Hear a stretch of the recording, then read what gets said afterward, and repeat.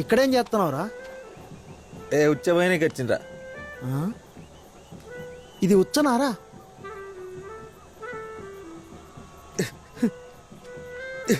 అందుకే ముందు నుంచి చెప్తానరా దాన్ని మర్చిపో అని. ఈ జన్మకి ఇంతేరా, వచ్చే జన్మలో అయితే ఎన్నెల పెండ్లం అంతే. అప్పుడు కూడా సూర్యగాడు లవ్ చేస్తే